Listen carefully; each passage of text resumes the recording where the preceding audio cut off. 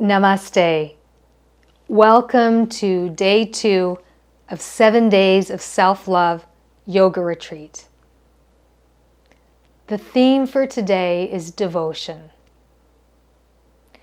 Devotion is defined as love, loyalty, enthusiasm, and prayers.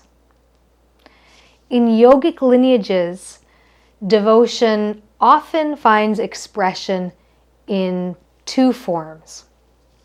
One is in the practice and ritual of having and keeping an altar, a sacred space in your home that reminds you of your connection to a higher power, a connection to what is holy and sacred within yourself, a reminder of the sacred and the existence of the sacred here on earth right now. It's very customary in some yoga lineages to have an altar in the kitchen, a place where you can make an offering of food, a reminder that the food that is from the earth is an offering from earth. And when we cook and we take the first part of our meal and offer it to a higher power or offer it back to the earth, it is a reminder of the interconnectedness of our existence. That we depend on the earth. The health of our body is dependent on the health of the earth. Also, it's customary to have an altar in your practice space. I have an altar in my yoga room, both here in my yoga space, as well as in my living room, as well as in my kitchen. And typically, altars involve a few simple objects. One can be a picture of your teacher, a picture of your ancestors, a picture of angels, a picture of your image of God or the divine. That visual representation is a visual reminder to invoke the presence and blessing in your home and in your life. Often on an altar will also be something fragrant. Incense, sage, sandalwood, a resin, something that you can light or something that creates a very fragrant smell.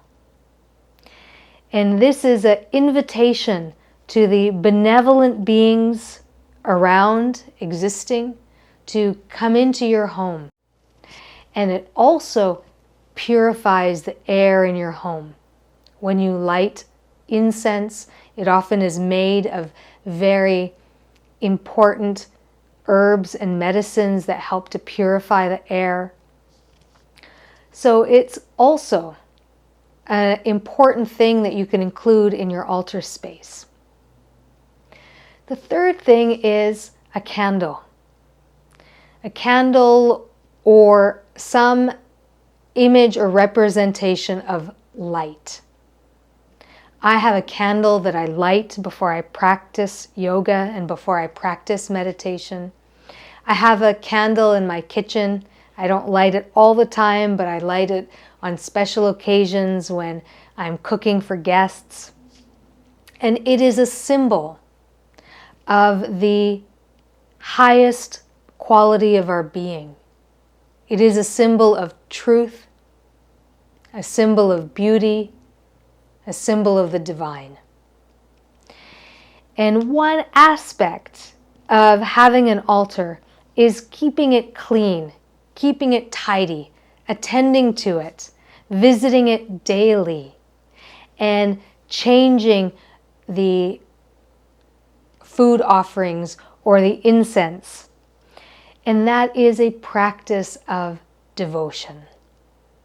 And so important in context of self-love is that we open ourselves up to receiving the blessings the wisdom, the intuition and guidance from the benevolent beings around us and in the other realms that coexist with the earthly realm. It is a practice of self-love to make ourselves receptive and open so that we can receive the good fortunes that naturally come when we are connected to a greater benevolent force.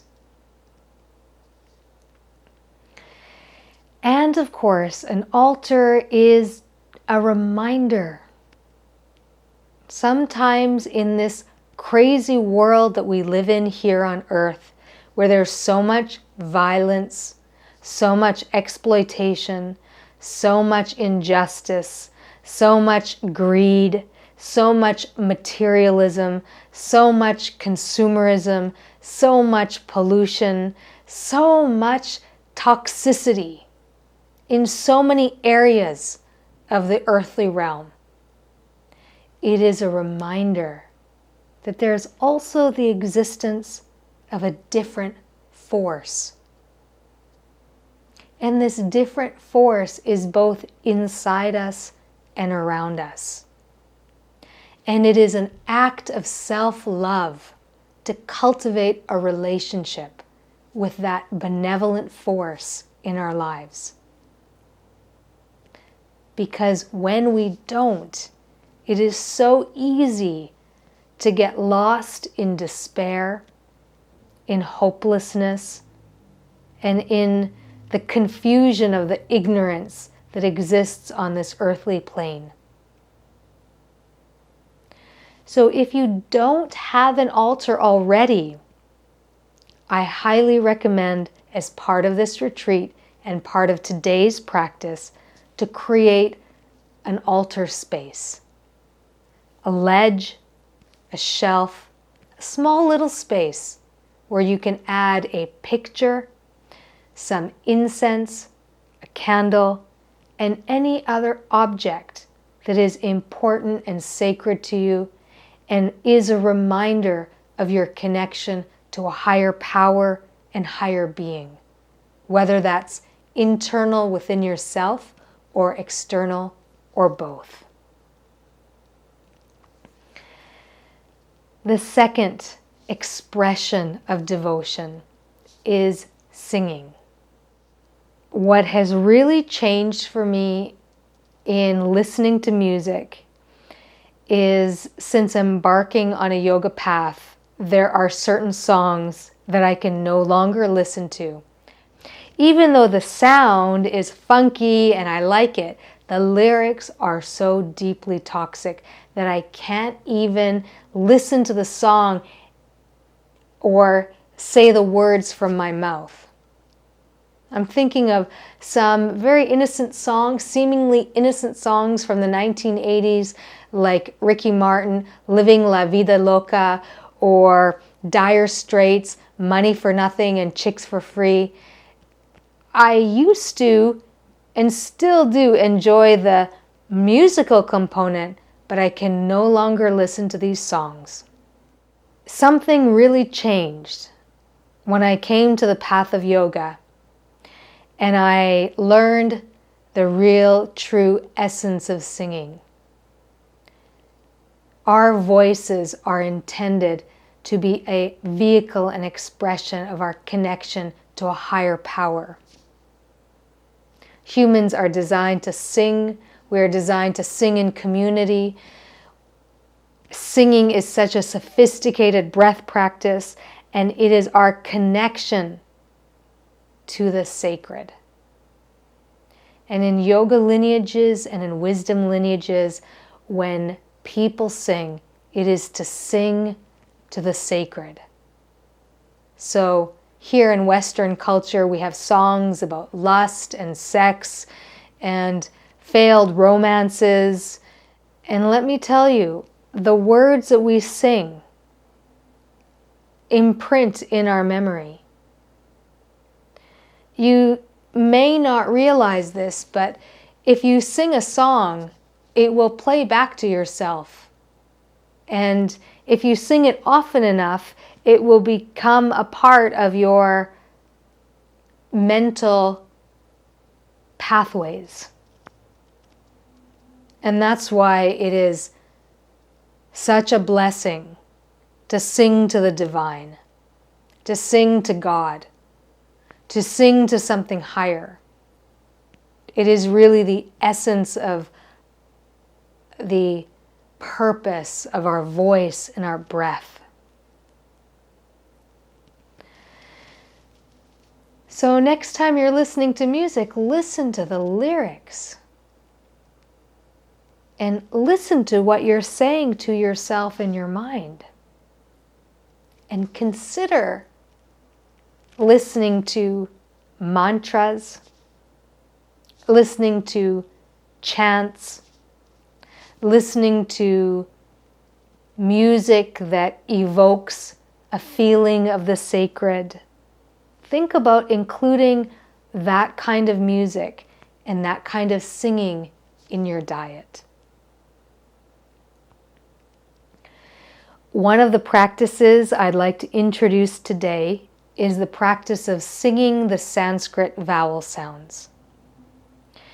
This simple practice really helped me to connect with my breath and understand singing as an incredibly sophisticated breath practice. You cannot sing if you don't use the diaphragm. You cannot sing if you haven't really opened up the breath pathways in the body and understanding that sound comes from the navel and travels up through and helps to clear the throat. This practice really is such a simple and beautiful practice that works not only on a physical level of the diaphragm and the lungs, the diaphragm massaging the digestive organs, the loosening and opening the throat on a muscular level, but it also works on an energetic level, opening and tuning the energetic centers of the body, the chakras, the energy center at our solar plexus, the energy center in our heart or connected to the heart space, and the energetic center within the throat. So now we'll learn the Sanskrit vowel sounds, and you can practice them on your own at home as an expression of your connection to the sacred and as a practice of self-love that we may receive guidance, inspiration, intuition from the benevolent forces in our lives. So the sounds are spelt H-R vowel M. Om Hram. Om Hrim. Om Hrum. Om Hreim. Om Hrom. Om Hra. I'll sing them for you now, and as I sing, I'll also give you an opportunity to sing along with me. The first, to warm up our voices, we'll start with 3 ohms. Sitting comfortably and sitting tall, tuning into the breath,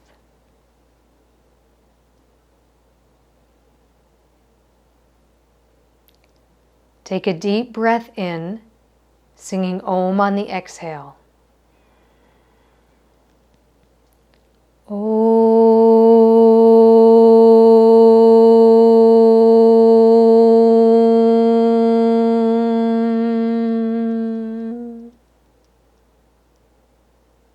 And again. Om.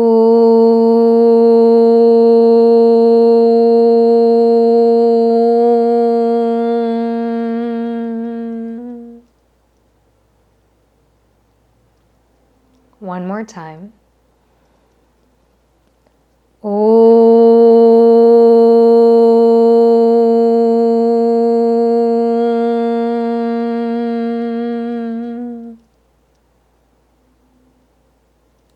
And now the first sound, Om Hram. Om Hram.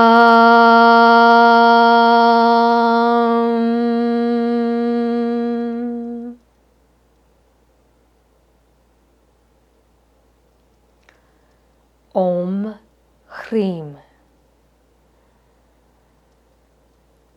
Om Hrim.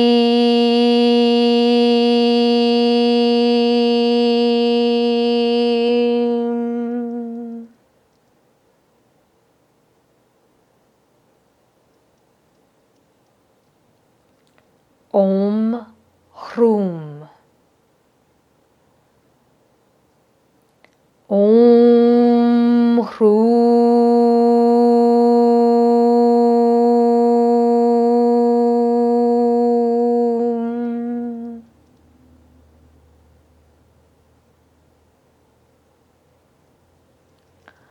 Om Hrem. Om Hrem.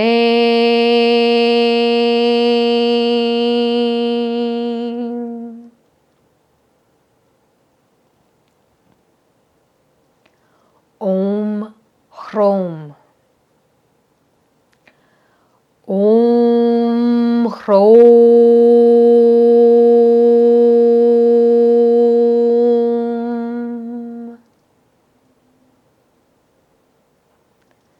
Om Hra.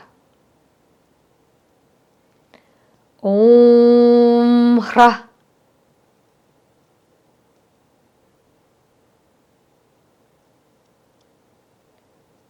Notice the effect of singing these sounds.